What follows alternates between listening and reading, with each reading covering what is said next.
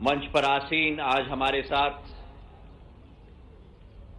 हमारे राज्यसभा के उपसभापति जी, परम आदरणीय हरवंश जी, हमारे मध्य प्रदेश के गौरव,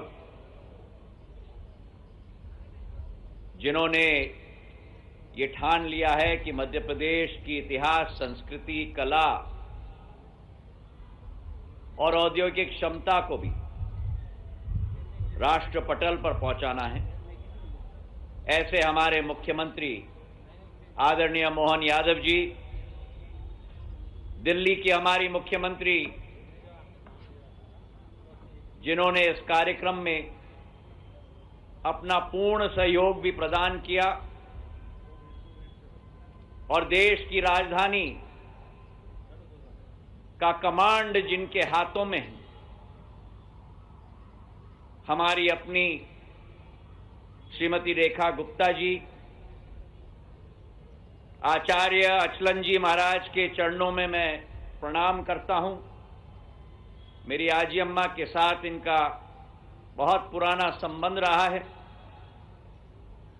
भारत सरकार में राज्य मंत्री श्रीमती सावित्री ठाकुर जी, मध्य प्रदेश शासन के लोक निर्माण मंत्री और मेरे साथी आदरणीय राकेश सिंह जी, मंत्री मध्य प्रदेश शासन कुंवर विजय शाह साहेब, प्रद्युम्न सिंह जी, राकेश शुक्ल जी, नरेश शिवाजी पटेल जी, संसद में मेरे साथी सुधांशु त्रिवेदी जी, आशीष सूद जी, अभय महाजन जी, अतुल जैन साहेब और देश और मध्य प्रदेश से आए हुए सभी इतिहास के प्रेमी और भारतीय संस्कृति के प्रेमी और उजागर होते हुए भारत में अपने योगदान देने वाले भारत के एक एक नागरिक जो इस कार्यक्रम में उपस्थित हैं, आप सभी को मेरे तरफ से प्रणाम। आज एक इतिहास रचा जा रहा है, एक इतिहास रचा जा रहा है जहां भारत के इतिहास में एक महान संघर्षशील योद्धा, भारत के इतिहास के सबसे कुशल शासकों में एक, हमारे अपने सम्राट विक्रमादित्य के स्मृति में जो यहां महानाट्य का आयोजन मध्य प्रदेश सरकार और हमारे मुख्यमंत्री जी के द्वारा किया गया है, मैं उनको दिल के गहराइयों से बधाई देना चाहता हूं कि हमारे सम्राट विक्रमादित्य को आज राष्ट्र पटल पर लाया है और मुझे विश्वास है कि आने वाले दिनों पर हम विश्व पटल पर भी ले जाएंगे। इतिहास में कुछ नाम ऐसे होते हैं जो दर्ज किए जाते हैं, पर कुछ नाम ऐसे होते हैं जिसके आधार पर इतिहास को मापा जाता है। और हमारे सम्राट विक्रमादित्य एक ऐसा ही अलौकिक नाम है मेरे भाइयों और बहनों। हमारे सम्राट विक्रमादित्य ने केवल विदेशी आक्रांताओं को नष्ट करने का काम केवल नहीं किया, पर जब ये विदेशी आक्रांताओं ने भारत के प्रति अपने आंखों को उठाए तो उनके नेतृत्व में उज्जैनी से लाखों हजारों वीर योद्धा उठे भारत माता की सुरक्षा करने के लिए। और आज जब उन आक्रांताओं को नष्ट किया गया और भारत के इतिहास में, भारत की संस्कृति में उन्हीं सम्राट विक्रमादित्य के नाम पर विक्रम संवत की शुरुआत की गई। आज जब 2082 की विक्रम संवत की नववर्ष 30 मार्च को हम लोग ने साथ में मिलकर मनाई, उसकी भी मैं बधाई आप लोगों को देना चाहता हूं। ये लाल किला मेरे लिए भावुक है। अभी हमारे मुख्यमंत्री मोहन यादव जी ने कहा पानीपत की तीसरी लड़ाई में जब मराठा साम्राज्य पूरी तरह से समाप्त होने के दर्जे पे आया था, उस राख में से, पानीपत की राख में से एक ऐसा योद्धा उभर के आया महादजी शिंदे के नाम पर, जिन्होंने 10 साल के अंदर पहला भारतीय योद्धा जिसने इस लाल किले के मस्तिष्क पर छत्रपति शिवाजी महाराज के हिंदवी स्वराज के भगवे झंडे को गाड़ के रख दिया था 10 फरवरी 1771 पर, मेरे भाई और बहन। और 32 साल दिल्ली पे राज की। उस समय में मराठा साम्राज्य अटक, काबुल, लाहौर से कटक तक, उड़ीसा तक, गुजरात के भरूच से प्रयागराज तक, और एक भी विदेशी आक्रांता भारत माता के प्रति टेढ़ी आंखों से देख नहीं पाता था। पठानों को शिकस्त की, मुगलों को कैद कर दिया, शाह आलम द्वितीय को, अंग्रेजों को वडगांव में, पोरी में नष्ट करके छोड़ दिया। यह भारतीय योद्धाओं की संस्कृति और इतिहास है।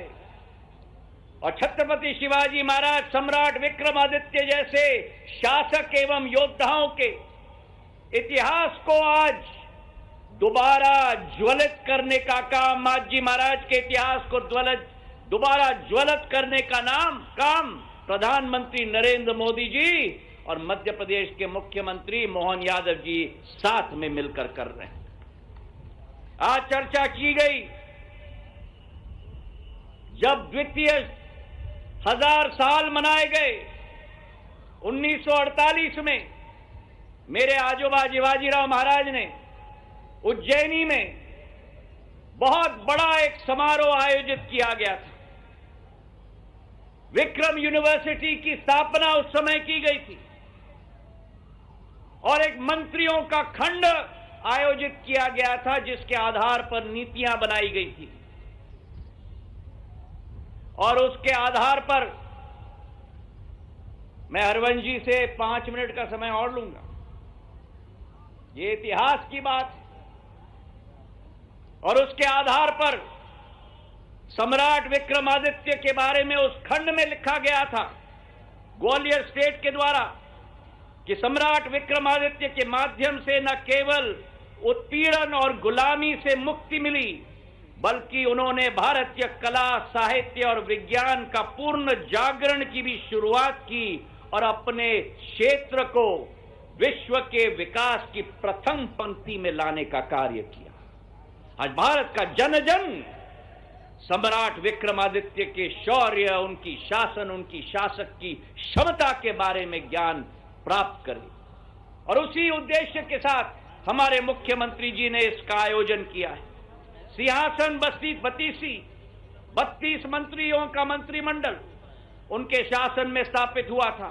उच्च मूल्य सिद्धांतों का ऐसे नवरत्न उनके दरबार में थे, चाहे कालिदास जी हो, बराह मीर हो, धनवंतीर जी हो, भट्टी हो, अमर सिंह जी हो, जिन्होंने भारत के इतिहास और भारत के आधुनिक युग में अपना प्रकाश उस समय अपने योगदान दिया था।